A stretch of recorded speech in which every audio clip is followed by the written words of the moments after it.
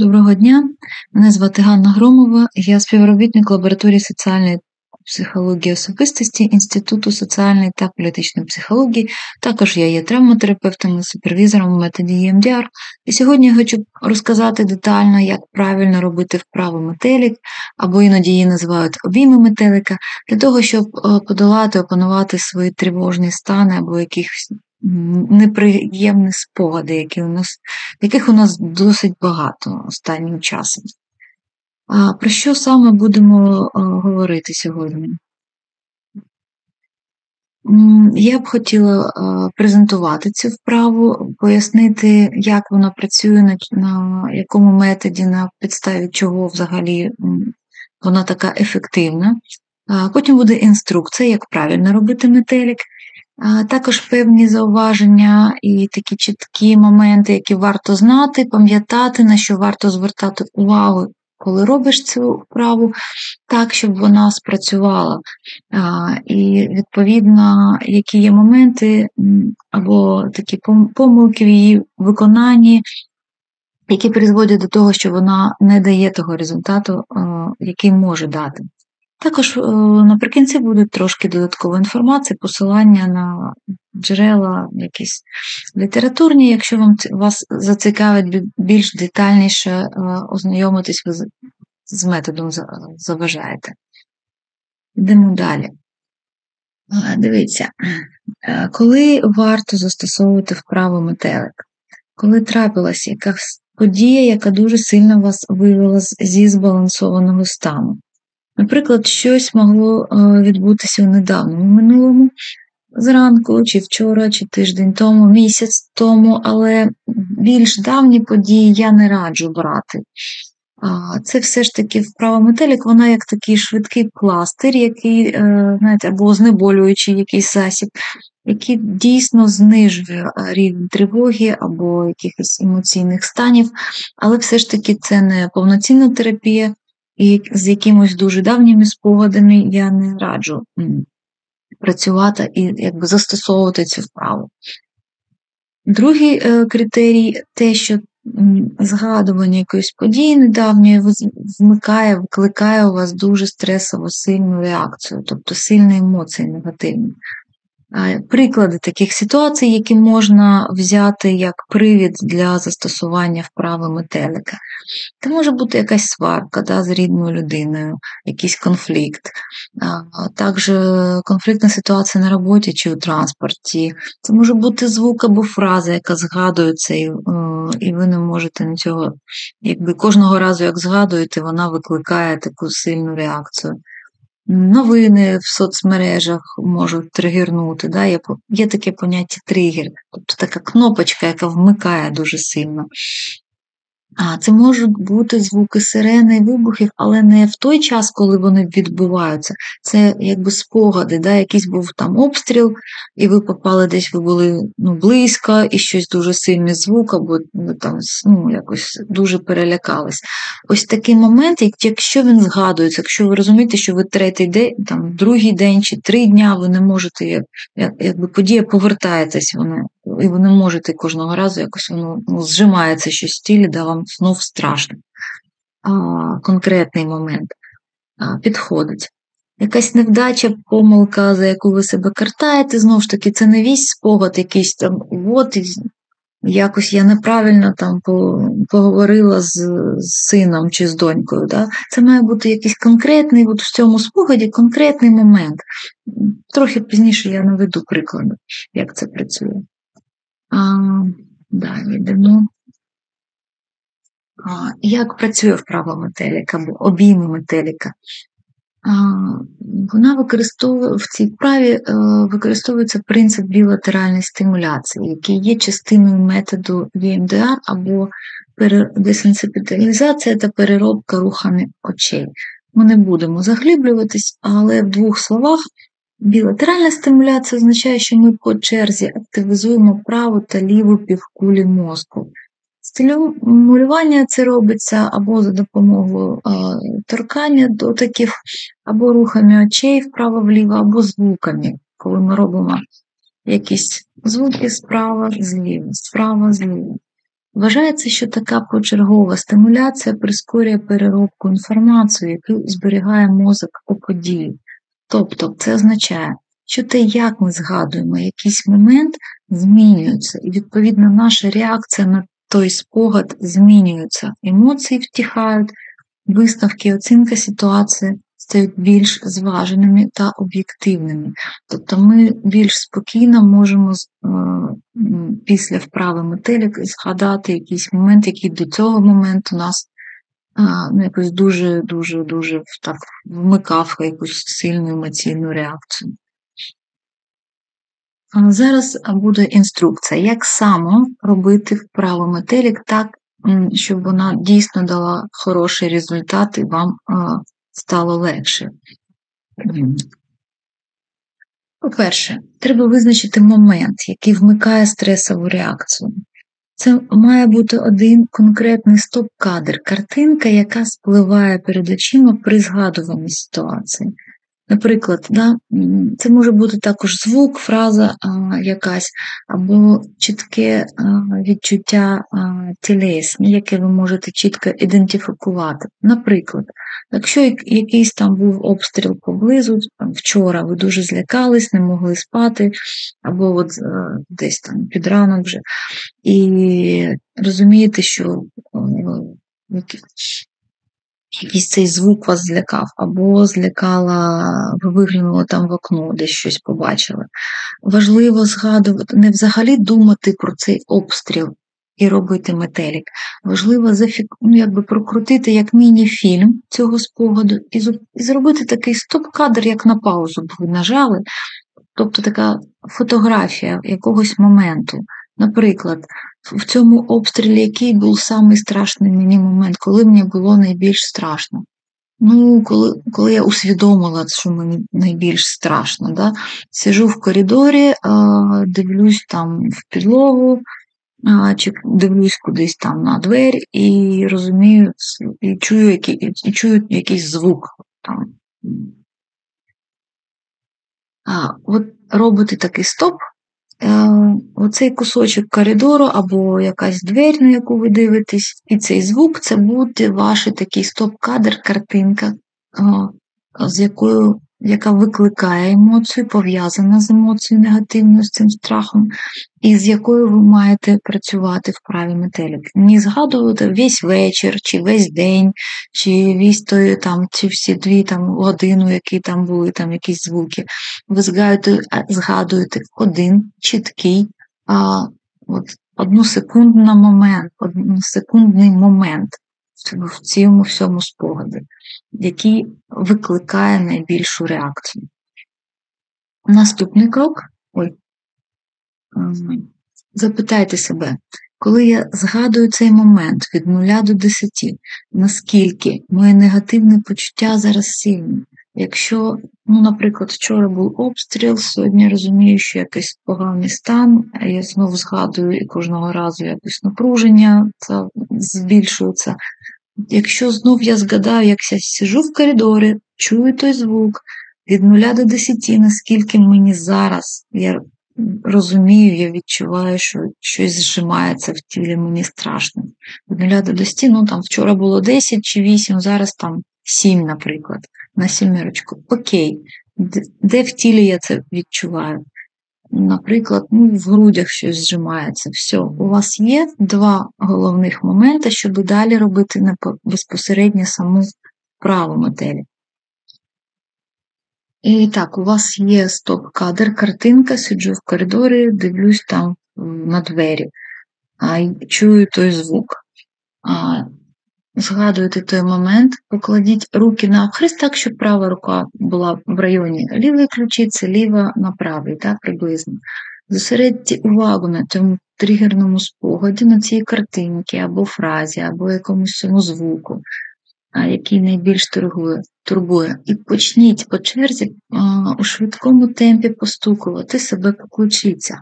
Робіть таким чином десь приблизно 20-30 секунд.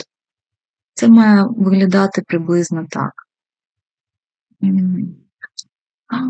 Через 20-30 секунд перевірте себе. Згадайте той стоп-кадр, тобто ту картинку, я в коридорі, і знов запитайте себе від 0 до 10, якщо я зараз знов туди подивлюсь, наскільки це мене турбує, наскільки там я відчуваю, що щось зжимається, да, наскільки мені там досі страшно або якась тривога. Якщо було там спочатку 7, може стати там 6,5 або 6. Просто для себе даємо відповідь на це питання і повторюємо крок 3. Знов починаємо робити простукування. Ще 20-30 секунд. Знов запитали себе, наскільки зараз цей момент в спогаді мене турбує, викликає занепокоєння.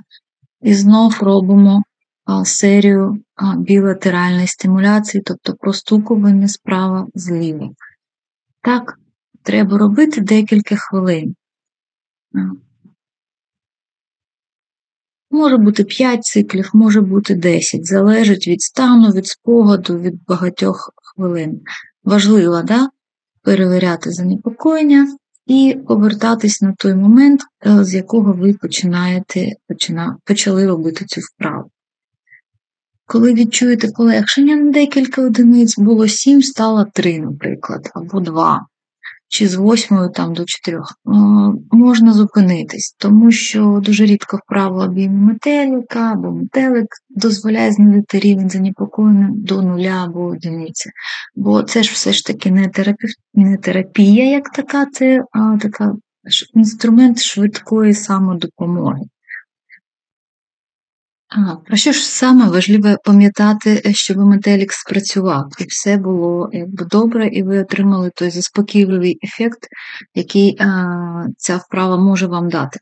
По-перше, після кожного сету, тобто після кожного такого коротенького періоду простукувань, повертайтесь, будь ласка, до первинного моменту, до цього стоп-кадру, з якого ви починаєте роботу. Це дуже важливо, бо чому це важливо?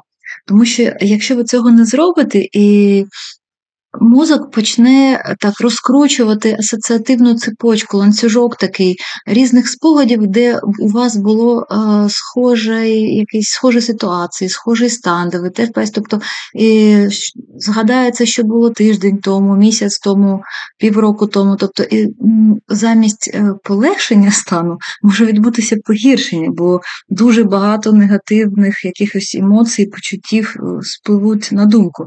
І це дуже, до речі, така розповсюджена помилка, і варто тому звернути на це увагу і вузько кожного разу повертатись, після кожного простукування повертатись до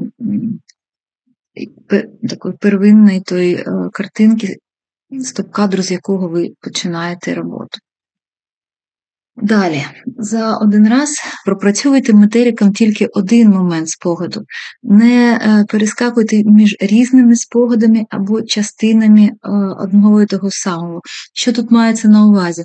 Якщо ви взяли такий, наприклад, взяли вчорашній якийсь обстріл, який був дуже громкий, гучний, і він якось запам'ятався так, що досі ви згадуєте весь день чи 2 дні, і там щось зжимається всередині, тривога так підвищується. Наприклад, коли ви згадуєте і працюєте метеликом, вирішили пропрацювати цей спогад, будь ласка, обрали момент, що я в коридорі, дивлюсь на двері і чую якийсь звук.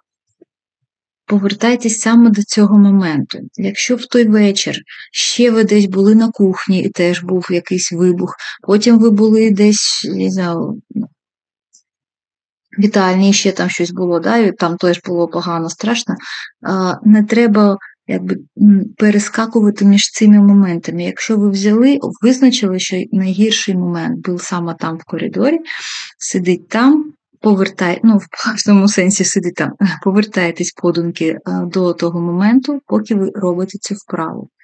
Потім, якщо ви зробили, воно було на 7, стало там на 3, вам душі спокійно, ви знов згадали весь той вечір, ви можете згадати, і перевірити себе, окей, а ще там як на кухні. І тоді, якщо ви вже пропрацювали один кусочок, там може бути по-різному. Можливо, що вам вже і та кухня буде спокійно згадуватись, а можливо, ви зрозумієте, що ні, от на кухні там трошки було по-іншому, там ще я побачив якісь спалахи, і треба знов робити якось заспокоїтися. Ви помічаєте, що ви знов напружуєтесь, коли згадуєте. Тоді ви обираєте той другий момент в тому самому спогаді про той самий вечір, да? І робите метелик з іншим вже стоп-кадром, з іншим моментом того спогаду. Це дуже важливий момент, який теж часто в інструкціях різних опублікованих в інтернеті, він якось він випадає, і у людей потім щось не спрацьовує той метелик. Далі. Не очікуйте, будь ласка, що рівень занепокоєння обов'язково знизиться до нуля.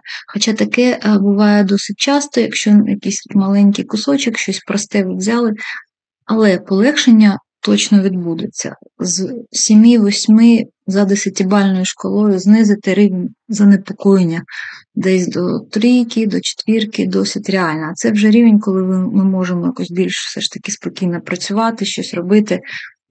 Метелик ефективний насправді. І що ще важливо пам'ятати, не беріть для пропрацювання вправою метелик занадто травматичні події або великий якийсь спогад, тобто якісь дуже-дуже важку ситуацію. Бо тут, власне, не варто такі. Самолікування іноді має певні обмеження. Да?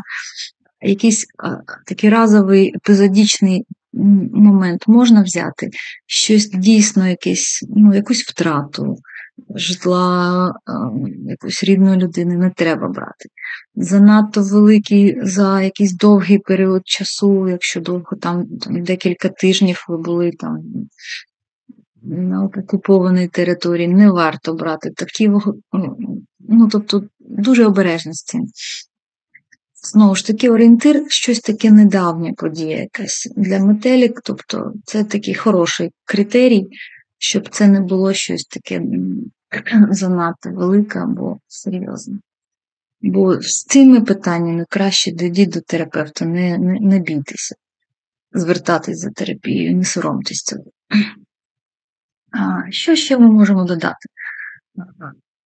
Сам принцип білатеральної стимуляції, тобто активізації роботи мозку, він використовується також в музиці. Є багато, якщо можна погуглити, багато хороших треків, заспокійлива музика, яку можна включати. Я раджу спробувати це робити, подивитись на ефект, яка так записана, що в неї ритм відбувається, утворюється по черзі справа зліва. Але такі музичні треки варто слухати в навушниках, тоді буде ефект. Раджу вмикати перед сном, це дуже корисний, такий непоганий спосіб теж заспокоїтись трошки.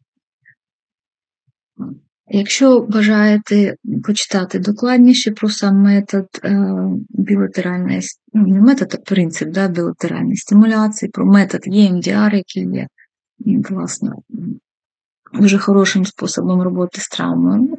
Є багато джерел і наукових досліджень на цю тему, декілька посилань я навела. Можна також далі добирати інформацію до скільки завгодно, її багато. Дякую за увагу. Тут мій контакт, можна писати, якщо будуть запитання по застосуванню цієї вправи, або є ще варіанти співпраці. Також в нашому інституті соціальної та політичної психології працює центр практичної психології, і там наші колеги займаються, власне, допомогою терапевтичною, психологічною, кризовою психологічною допомогою. Тому звертайтесь і бережіть себе, і слава Україні!